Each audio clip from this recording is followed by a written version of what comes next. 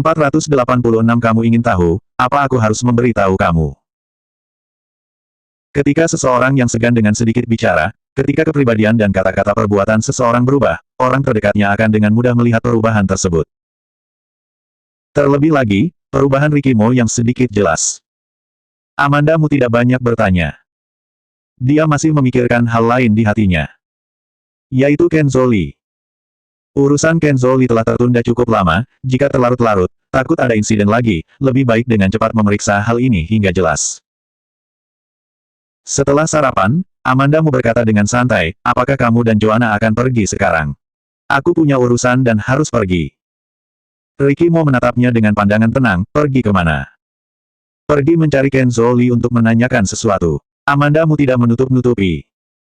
Ricky Mo terdiam sesaat, lalu tiba-tiba berkata, aku juga pergi. Kamu ikut untuk apa? Amanda sedikit mengerutkan dahi, dan dia tidak berpikir bahwa Ricky Mo baru mau ikut karena dirinya akan pergi. Ricky Mo memuntahkan dua kata tanpa ekspresi, temui dokter. Mobil berhenti di pintu pusat konseling psikologis Kenzo Lee. Ricky Mo duduk di kursi pengemudi dan Amandamu duduk di sampingnya. Dia melirik keluar melalui jendela mobil, Kenzo Lee mungkin baru saja membuka pintu di sini dan bisa melihat bibi pembersih sedang bersih-bersih. Keduanya ada di sini untuk melakukan hal yang benar, dan Joanna Mo tidak dibiarkan mengikutinya. Ricky Mo memanggil dan menyuruh orang untuk membawanya kembali ke villa. Amandamu membuka pintu mobil dan menoleh ke arah Ricky Mo, aku akan menelepon Kenzo Lee. Ricky Mo baru akan berbicara, matanya tiba-tiba berkedip, menatap lurus ke depan, dan berkata, tidak perlu telepon. Amandamu mengikuti pandangan dia dan melihat Kenzo Lee mengemudi perlahan ke sini. Begitu kebetulan, kalian datang bersama. Kenzo Lee keluar dari mobil dengan jas putihnya yang menyilaukan. Setelah dia selesai berbicara, dia menoleh ke arah Amandamu, Amanda datang kenapa tidak meneleponku terlebih dahulu, kalau aku punya pasien ketika kamu datang, bukankah kamu akan datang sia-sia? Amandamu tersenyum dan berkata, barusan saja akan menelepon kamu, dan kamu langsung datang, dan lagi kamu tidak ada pasien sekarang.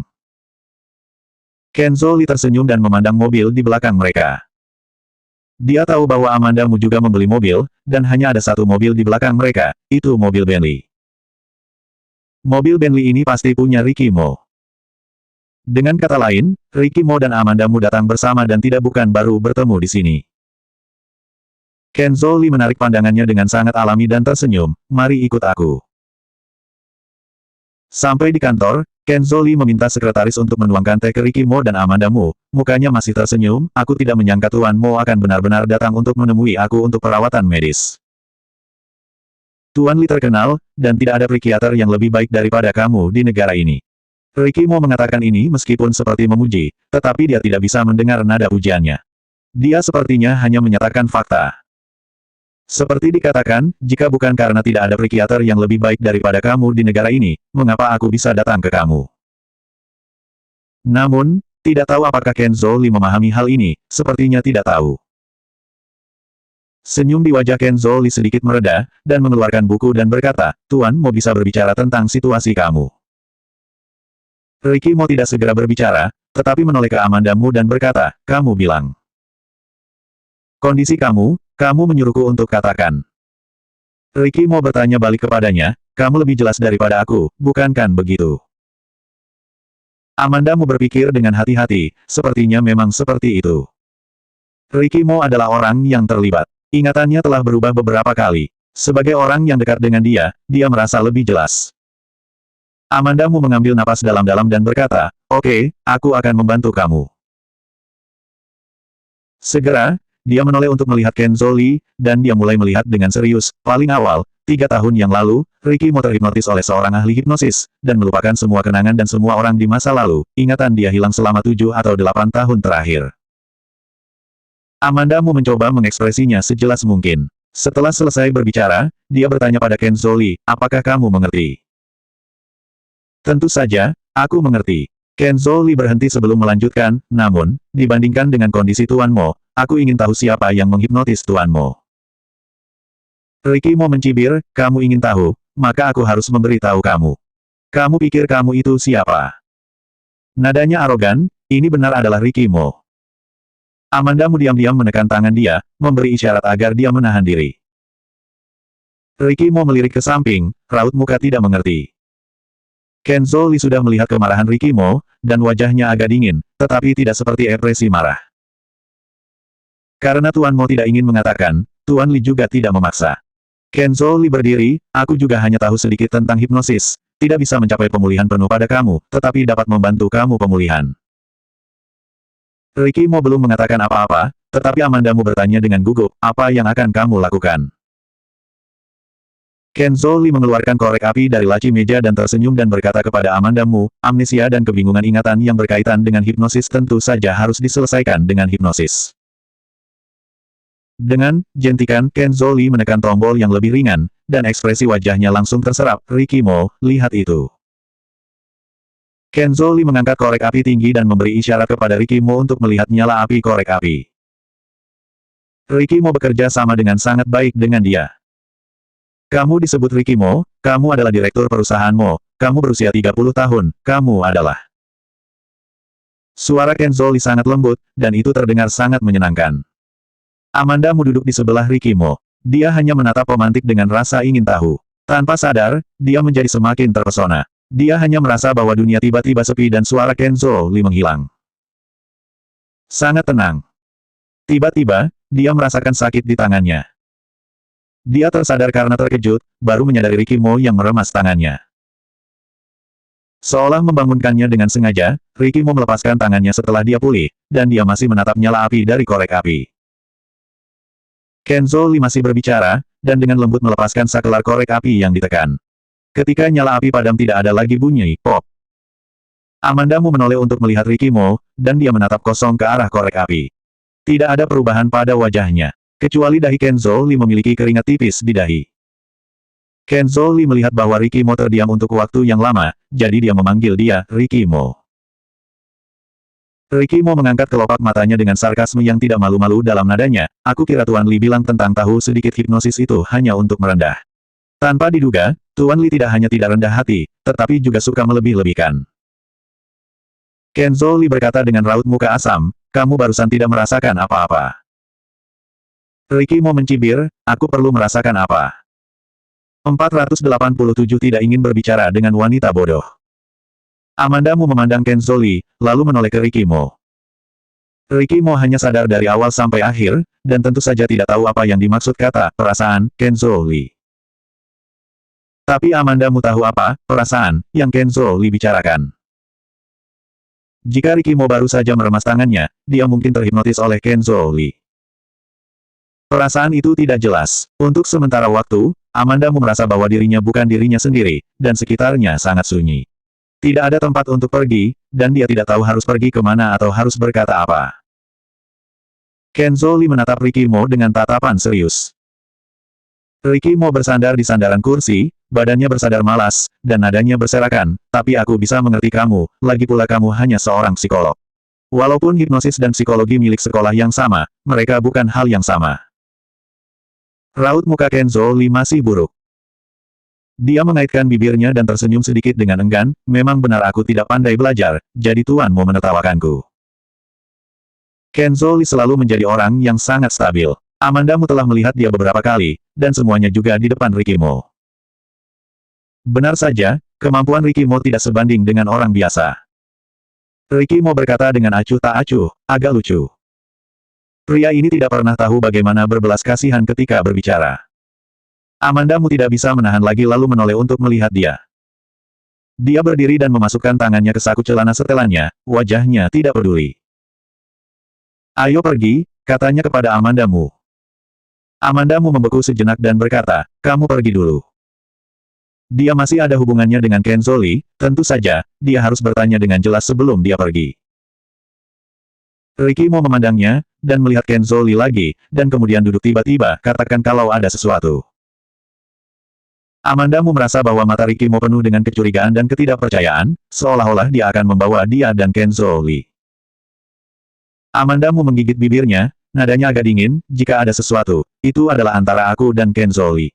Apa hubungannya dengan kamu? Dia sangat sabar selama ini, dan Ricky Mo memperlakukannya sesukanya karena amnesia. Dia masih menatapnya dengan tatapan ini, tentu saja dia tidak tahan. Wajah Ricky Mo langsung tenggelam. Itu tidak ada hubungannya dengan aku. Ricky Mo mencibir, Amanda Mu, katakan sekali lagi kalau kamu memiliki keberanian. Amanda Mu mengatakannya dengan cara yang baik, itu tidak ada hubungannya dengan kamu. Setelah itu, dia memandang Ricky Mo karena terpancing. Hidup adalah tentang mencoba menjadi berani, bukan? Untuk pertama kalinya, dia berani mengulangi kata yang membuat marah Ricky Mo. Sedikit senang. Ricky Mo memandang Amanda Mu dengan wajah pucat, terlihat sangat jelek. Ken Zhou Li berkata dengan keras pada saat ini, sebenarnya tidak ada apa-apa, bahkan jika Tuan Mo tahu juga tidak apa-apa.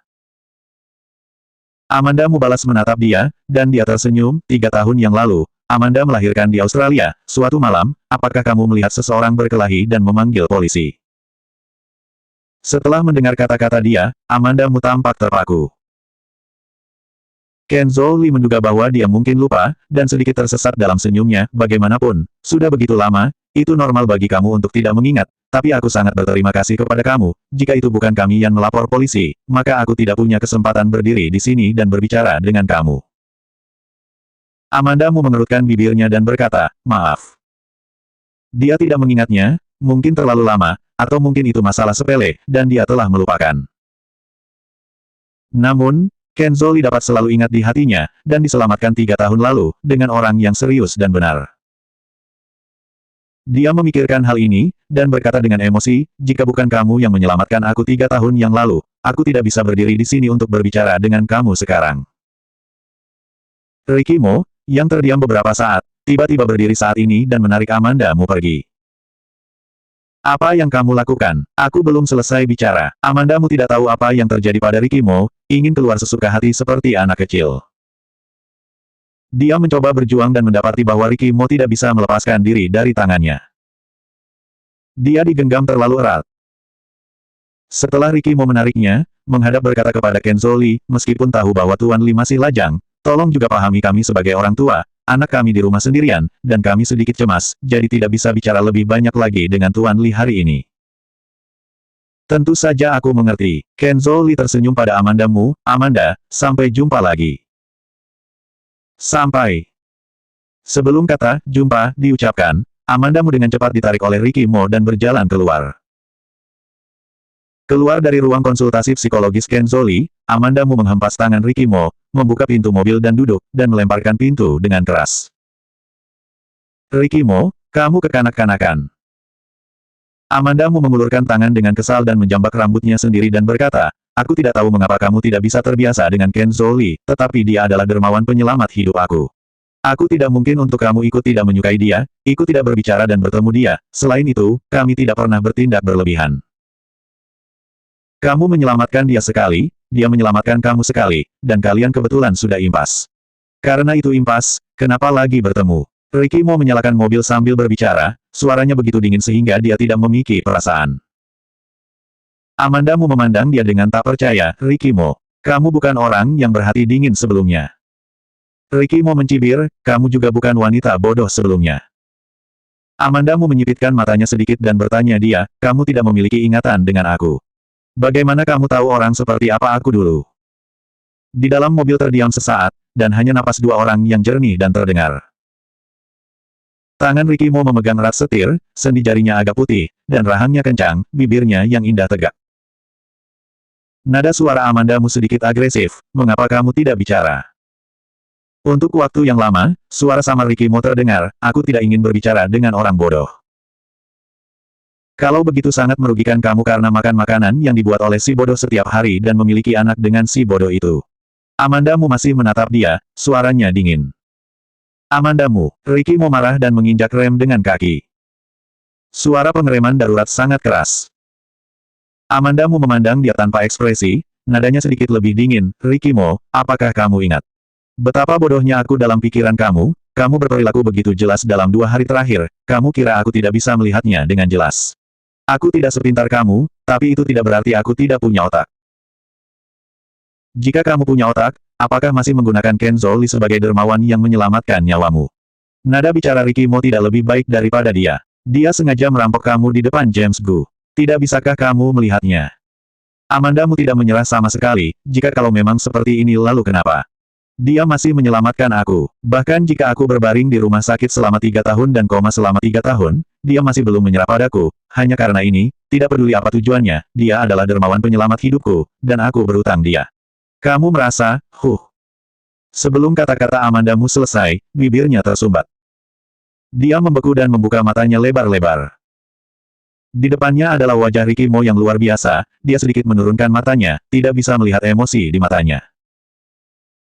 Ricky Mo menariknya ke dalam pelukannya dengan satu tangan melingkari pinggangnya, tangan lainnya mencubit dagunya, dan ciuman itu berat dan keras. Amandamu merasakan bau darah asin dan tahu bahwa bibirnya telah digigit dia lagi. 488 ini jalan menuju rumah kita. Argumen keduanya akhirnya menghilang dalam ciuman. Ricky Mo selalu kuat dan sombong, dan kekuatan dia sangat besar, di mana Amandamu dapat membebaskan diri. Tidak tahu berapa lama, Ricky Mo akhirnya melepaskannya. Amandamu gemetar karena marah, dan mengangkat tangannya untuk menamparkan dia. Namun, tangannya terangkat, tetapi tidak bisa jatuh. Dalam beberapa tahun terakhir, keduanya memiliki waktu yang tidak mudah, masalah datang satu demi satu, bahkan jika dia sangat marah, dia masih tidak bisa memukul Ricky Mo. Amandamu menarik tangannya dan bertanya lagi pertanyaan yang dia tanyakan sebelumnya, apakah kamu sudah ingat semua? Tidak, Ricky Mo menjawab dengan sangat sederhana. Raut muka Amandamu sedikit berubah, Ricky Mo tampaknya merasakan suasana hatinya berubah, dan menambahkan, tidak semua. Amandamu menoleh untuk melihat dia, dan suaranya agak dingin, apa yang kamu ingat? Ricky Mo menggerakkan bibirnya dan berhenti selama beberapa detik sebelum berkata dengan suara keras, mengingat bahwa seseorang memberiku obat di Jade Imperial, kita pertama kalinya. Amandamu tertegun, wajahnya tidak nyaman, dia mengerutkan bibir, dan kemudian bertanya, apa lagi? Tidak ada yang lain, Ricky Mo menatap lurus padanya, matanya dalam, menatapnya dengan mata yang baik. Amandamu dan dia saling memandang selama beberapa detik dan kemudian membuang muka.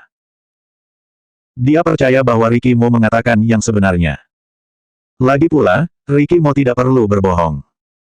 Memikirkan pertama kali mereka. Dengan kata lain, sudah ingat perasaan di antara mereka, sehingga bisa dikatakan bahwa beberapa hari ini barulah sangat rajin. Menghitungnya dengan hati-hati, Ricky Mo sebenarnya tidak melakukan apa-apa, tetapi dibandingkan dengan dia sebelumnya, itu sudah sangat penuh perhatian. Mengenai Ricky Mo, Amandamu sudah bersiap untuk menunggu. Kelainan dia di beberapa hari ini, meskipun dia merasa bahwa dia mengingat sesuatu, tetapi tidak berani memikirkan kalau dia bisa ingat semuanya.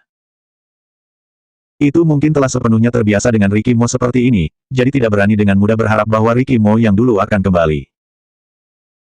Jadi, ketika Ricky Mo mengatakan itu belum semuanya, Amandamu menerimanya dengan mudah. Dia memandang keluar jendela dan bertanya kepada Ricky Mo, kenapa kamu tidak memberitahu aku? Sejak ingat, kenapa tidak memberitahu aku? Dia menunggu sebentar dan tidak menunggu jawaban Ricky Mo. Amandamu berbalik dan melihat bahwa Ricky Mo sedang menatapnya, matanya menatapnya, sangat fokus. Tidak sampai Amandamu berbalik, menabrak tatapannya, seperti tiba-tiba mengingat sesuatu, matanya sedikit berkedip, tetapi tidak bersuara. Kemarahan di hati Amandamu bangkit lagi. Dia menggigit bibirnya dan berkata, tidak masalah jika kamu tidak ingin mengatakannya, tunggu ketika kamu ingin mengatakannya saja, sekarang kita lanjut bicarakan Kenzoli. Tidak peduli apa yang kamu pikirkan tentang dia, kamu berpikir bahwa dia memiliki tujuan, tetapi dia hanya menyelamatkan aku, ini tidak bisa diubah, dia adalah dermawan penyelamat hidup aku. Dia awalnya berpikir bahwa ketika Ricky Mo pulih dari ingatan, dia harus mengabaikan dia dulu, untuk membiarkan dia merasakan perasaan yang dirinya rasakan pada dia. Namun, Ricky Mo tiba-tiba mengingat beberapa kenangan, pada titik ini, mereka bertengkar. Karena Kenzoli, mereka bertengkar. Dia biasanya akan menggunakan pandangan Ricky Mo untuk melihat masalah, dia tahu apa yang terjadi padanya ketika seorang remaja dan memahami aspek suram dari karakternya, sehingga dia dapat memahami dia dalam banyak hal. Namun, dalam kasus Kenzoli, dia tidak akan mundur. Tidak peduli kenapa mendadak Kenzoli 3 tahun lalu bisa datang, tetap saja penyelamatannya 3 tahun lalu, dan dia merawatnya selama 3 tahun.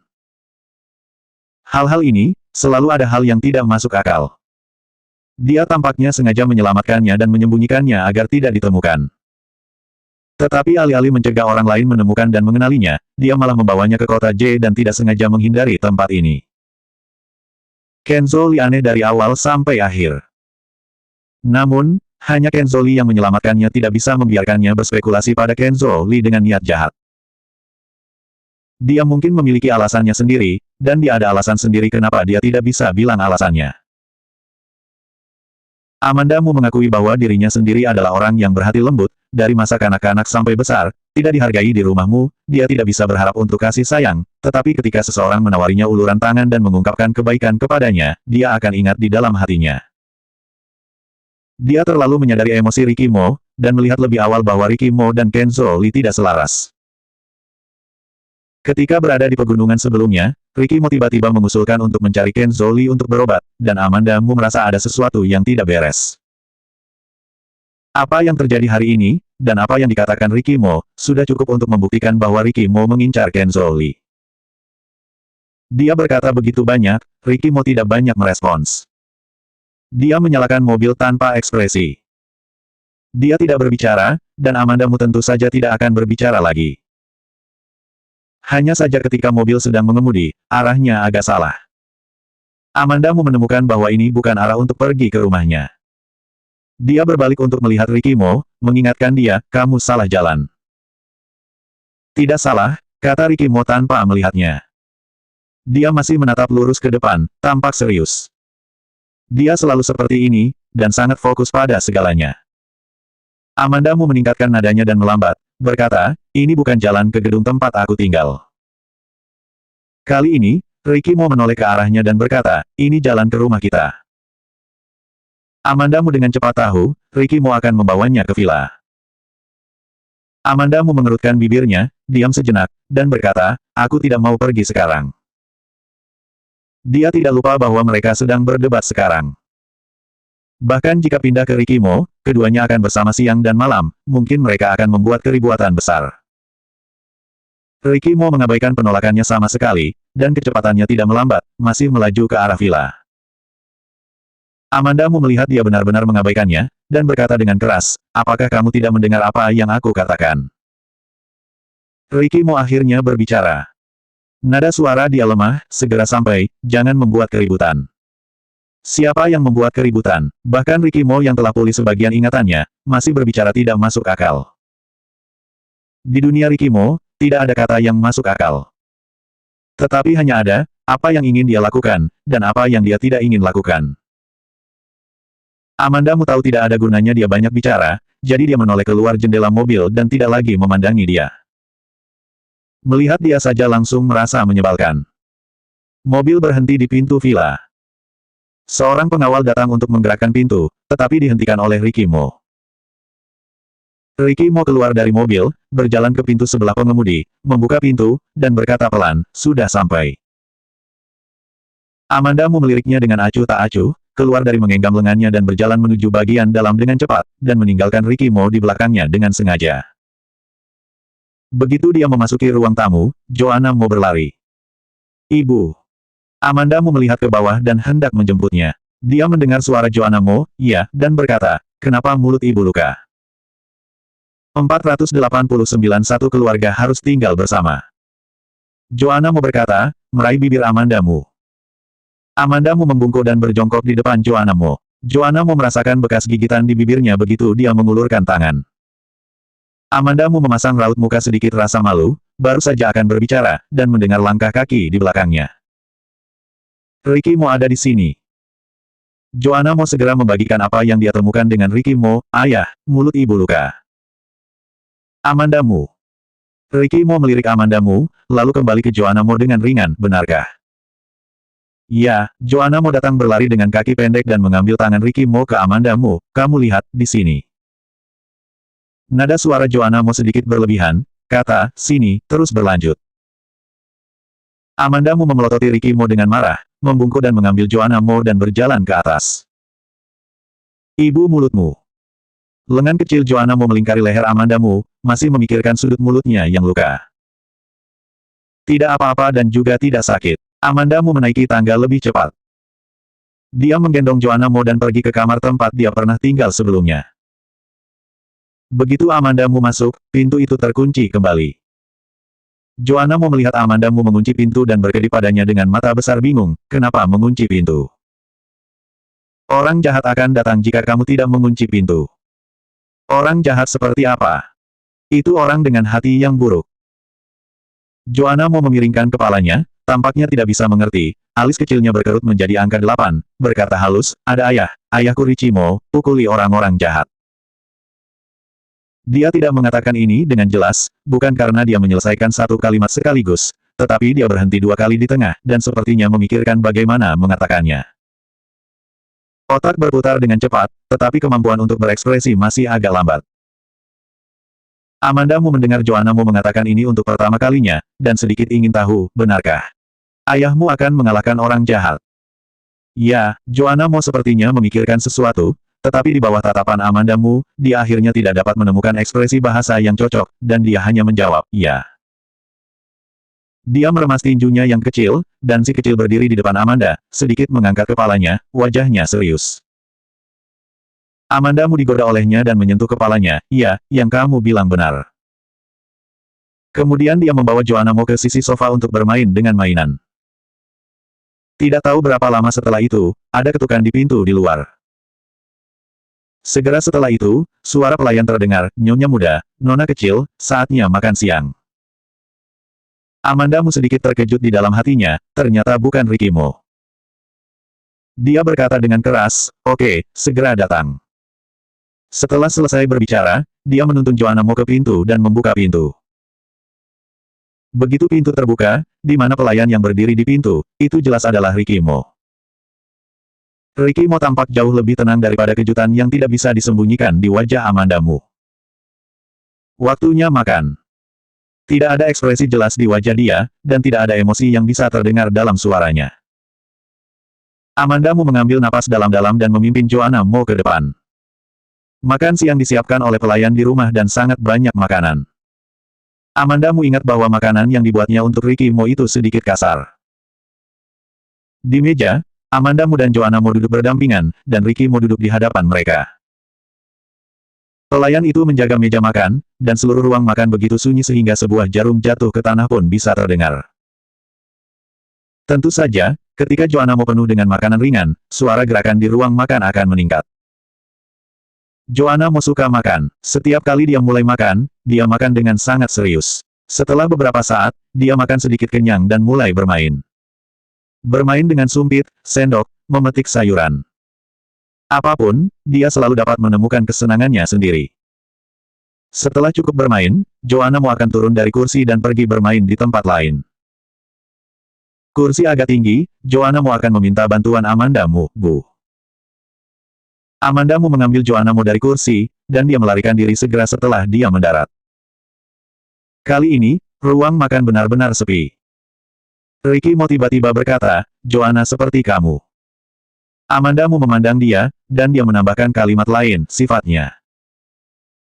Oh, Amanda Mu menanggapi dengan acuh tak acuh, menundukkan kepalanya dan makan perlahan. Sebenarnya, dia sudah kenyang, tetapi dia tidak ingin meninggalkan ruang makan saat ini. Tanpa sadar, dia sepertinya ingin berbicara dengan Rikimo. Dibandingkan dengan beberapa waktu lalu, Rikimo hari ini bisa dikatakan lebih hangat. Mengingat apa yang dikatakan Rikimo sebelumnya, dia ingat saat Amanda Mu dan dia berada di Jade Imperial. Pada saat itu, mereka sudah memiliki perasaan sebelumnya. Dengan kesimpulan ini, Rikimo saat ini memiliki perasaan untuknya. Ada kesunyian lagi di ruang tamu. Rikimo sepertinya sengaja mencari topik, dan mengatakan kalimat lain, James mereka akan kembali ke kota J besok. Dia berbicara tentang James Gu. James Gu akan kembali, dan Lucy Sen tentu saja akan kembali bersamanya. Amanda Mu mengangguk dan tidak berkata apa-apa. Rikimo tidak banyak bicara, dan diam. Keduanya telah saling kenal begitu lama, dan mereka memiliki satu anak, tetapi pada saat ini mereka merasakan perasaan asing. Amanda Mu tidak tahu mengapa perasaan ini terjadi. Sudah kenyang, Amanda Mu meletakkan sumpit dan menatap Rikimo, aku ingin pulang. Rikimo tiba-tiba mengangkat kepalanya dan sedikit menyipit, nadanya sedikit berbahaya, pulang kemana? Di rumah yang aku sewa, Amanda Mu menjelaskan kepada dia dengan nada tenang, sementara waktu aku tidak ingin tinggal di tempatmu. Mata Rikimo ringan, dan dia mengoreksi tanpa ekspresi, itu rumah kita. Amandamu tahu temperamen dia, dan tidak terjerat dengan dia dalam hal semacam ini, berkata, aku pulang dulu. Ricky Mo terus melihatnya, dan tidak berkata boleh atau tidak. Amandamu menganggap dia setuju dan bangkit dan berjalan keluar. Joanna Mo bosan bermain di aula, dan berbaring di sofa mengantuk. Mengantuk, Amandamu menyentuh kepalanya, ibu akan pergi. Joanna Mo tampak bangun tiba-tiba dan membuka matanya dan bertanya, pergi kemana? Amandamu tersenyum, lihat kamu lagi besok. Joanna Mo sudah terbiasa dengan Amandamu yang tidak tinggal di rumah bersamanya baru-baru ini, tetapi dia masih merasa sedikit tidak bahagia, baiklah. Anak baik, aku membawa kamu ke atas ke tempat tidur, dan tunggu kamu tidur baru aku pergi, kata Amandamu dan membawa Joanna Mo ke atas dan kembali ke kamar. Joanna Mo berbaring tertidur di tempat tidur, hampir tertidur, dan meremas jarinya, bergumam, ibu tidak pergi. Amandamu pergi setelah dia tertidur. Namun, malam itu, Ricky Mo datang ke pintu Joanna Mo dengan satu koper. Amandamu melihat koper di tangan kiri Ricky Mo, dan kemudian melihat tangan kanannya memegang Joanna Mo, dan wajahnya bingung, apa yang kamu lakukan? Ricky Mo berkata dengan acuh tak acuh, satu keluarga harus tinggal bersama. 490 keinginan tersirat. Joanna Mo memegang boneka harimau kecil di tangannya, berteriak gembira, Bu. Amandamu tidak akan memasang raut menolak ke Joanna Mo, lalu tersenyum pada Joanna Mo, dan Joanna Mo membawa harimau kecil itu ke dalam rumah. Setelah Joanna Mo masuk, Amandamu memperhatikan bahwa Joanna Mo juga membawa tas sekolah kecil. Tas sekolah kecil sangat kecil, murni tas sekolah mainan. Melihat mata Amandamu tertuju pada tas sekolah Joanna Mo, Ricky Mo menjelaskan, ada toy block di dalam. Amandamu mendengar ini dan kembali menatap Ricky Mo, dan melihat bahwa dia datang membawa koper. Masuk ke ruang tamu begitu saja. Joanna Mo akrab dengan Amandamu di sini, sudah terbiasa merangkak di sofa dan duduk, menuangkan mainan di tas sekolah di sofa untuk bermain. Amandamu meliriknya dan menarik Ricky Mo keluar. Di luar pintu, dia melepaskan Ricky Mo dan berkata, Ricky Mo, kamu jangan membuat masalah. Ricky Mo meluruskan wajahnya dan memandangnya dengan santai, kamu tidak tinggal di rumah, aku dan Joanna pindah ke tempatmu, apa yang salah? Kamu tahu bahwa aku bukan membicarakan ini, Amandamu mengulurkan tangan dan memegang dahinya, sedikit kesal. Ricky Mo sengaja salah mengartikan maknanya. Yang mana yang ingin kamu katakan? Ricky Mo bertanya dengan sabar, tanpa nada tidak sabar dalam nada bicaranya. Amandamu menggerakkan bibirnya, tidak mengatakan apa-apa. Ricky Mo tiba-tiba mengambil setengah langkah ke depan, dengan ujung sepatu menyentuh ujungnya, dan kamu bisa melihat bulu mata panjang di kelopak matanya yang sedikit terkulai ketika dia menundukkan kepalanya. Singkatnya, jarak antara keduanya diperpendek sangat dekat. Aku adalah Ricky Mo yang kamu temui 3 tahun yang lalu, dan ayah Joanna. Walaupun ingatanku saat ini tidak lengkap, aku sangat jelas tentang apa yang terjadi kemudian, aku masih aku, kamu masih khawatir tentang apa? Suara dia dalam dan lembut, dengan kekuatan yang menenangkan. Setelah selang waktu yang lama, Amandamu dengan cepat lupa bahwa Ricky Mo juga memiliki sisi yang lembut, dan akan dengan sabar menggunakan metode dia untuk menenangkannya. Amandamu ditebak oleh dia apa yang dia pikirkan, wajahnya berubah, dan dia menyangkal, aku tidak ada khawatir apa-apa. Ricky Mo masih bersikap dingin ketika dia keluar dari gunung, dan sekarang dia tiba-tiba menjadi seperti dulu. Perubahan ini sedikit lebih cepat, Amandamu perlu waktu untuk penyangga. Di sisi lain, perasaan di hatinya juga sedikit rumit. Gagasan yang dia buat sebelumnya adalah untuk menemukan ahli yang menghipnotis Ricky Mo untuk membuat ingatan Ricky Mo kembali, atau membiarkan Ricky Mo jatuh cinta padanya lagi. Namun, Ricky Mo tiba-tiba teringat beberapa kenangan. Dalam ingatannya yang pulih, dia memiliki perasaan untuk Amandamu. Namun, pada saat itu, mereka belum mengalami hal-hal itu bersama. Dia mengatakan bahwa dia tahu itu, tetapi dia tidak memiliki ingatan itu, dan belum merasakan perasaan itu yang sesungguhnya. Amandamu merasa, itu masih ada kurang sedikit. Benarkah? Ricky Mo mengatakan kalimat deklaratif dan sepertinya tidak menginginkan jawabannya. Ricky Mo. Tiba-tiba ada suara Joanna Mo di dalam. Ricky Mo mengulurkan tangan dan dengan lembut membelai rambutnya, memegang tangannya, masuk, Joanna mencari kita. Amandamu secara tidak sadar ingin melepaskan tangan dia, tetapi dia memegangnya terlalu erat, memegang tangannya seperti penjepit besi, dan tidak bisa melepaskannya sama sekali. Dia memandang ke samping ke arah dia dan melihat bahwa tidak ada yang aneh di wajahnya. Amandamu sangat marah, tetapi Joannamu ada di kamar dan tidak bisa membuat masalah dengan Rikimo. Joannamu melompat dari sofa dengan tas sekolah kecil dan berlari ke Rikimo, mengerutkan kening dan berkata, "Di mana mobil Tamiya aku?" Di depan Joannamu, Rikimo tidak melepaskan tangan Amandamu, dan memandang Joannamu tanpa ekspresi, "Bukankah kamu sendiri yang menaruhnya?" "Bagaimana aku tahu?" Alis kecil Joannamu berkerut lebih kencang, "Kamu yang meletaknya." "Bukan aku, tapi kamu sendiri." "Itu kamu." "Bukan aku." Rikimo mengangkat alisnya sedikit, ekspresinya tampak sedikit lebih keras. Joannamu sangat menyadari masalah saat ini dan mengakui, "Baiklah." Lalu ia mengambil tas sekolah kecil dan berjalan ke sofa.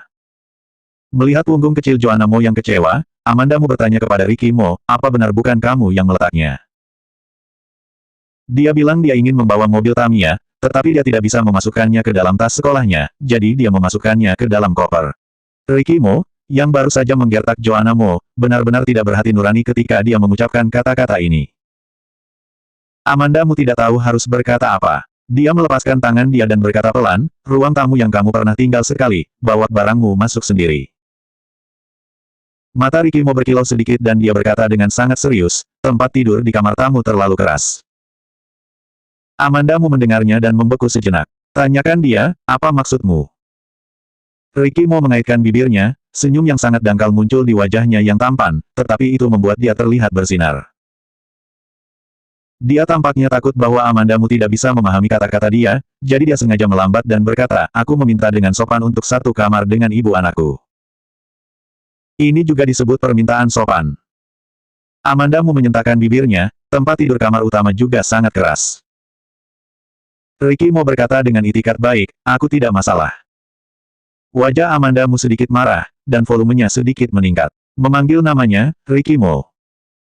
Rikimo mengangkat alisnya, tidak mengatakan apa-apa, dan pergi ke kamar tamu dengan kopernya. Kamar dia telah tinggal sekali sebelumnya, juga sudah agak akrab. Amandamu berdiri di dekat pintu dan melihat Rikimo membuka koper dan memilah isinya. Koper dia tidak besar, setengahnya diisi dengan mainan Joannamu yang penuh warna, dan di sisi lain adalah pakaian dia. Sepintas, pakaian yang dikenakan dia semuanya gelap, yaitu kemeja dan jas. Pertama-tama dia mengeluarkan mainan itu, dan kemudian mengeluarkan jas dan kemeja itu. Amandamu berdiri di dekat pintu sebentar dan bertanya, "Hanya 2 set pakaian?" Rikimo menatapnya dan berkata, "Putri kamu mau membawa segala mainnya. Jika aku setuju, dia mungkin membawa semua mainannya." Maksud perkataannya adalah karena Joannamu memiliki banyak barang untuk dibawa, dia hanya membawa 2 set pakaian. Berdasarkan analisis ini, tampaknya ada komponen yang menyedihkan dalam kata-kata dia. Amandamu merasa seperti dibuat gila oleh Rikimo, dengan satu kalimat ini saja bisa mengartikan banyak maksud.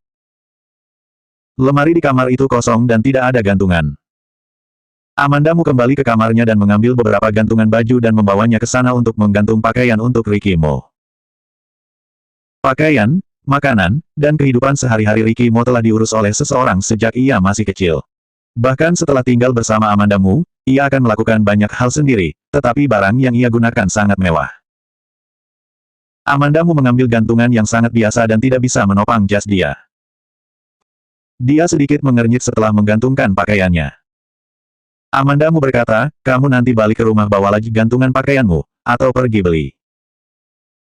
Rikimo tiba-tiba mengangkat kepalanya, matanya cerah, "Pergi beli bersama." Amandamu tidak bisa membantu tetapi menyengat dia, "Apakah kamu tidak bisa menjaga diri sendiri?" Selanjutnya 491 hubungan menjadi lebih baik.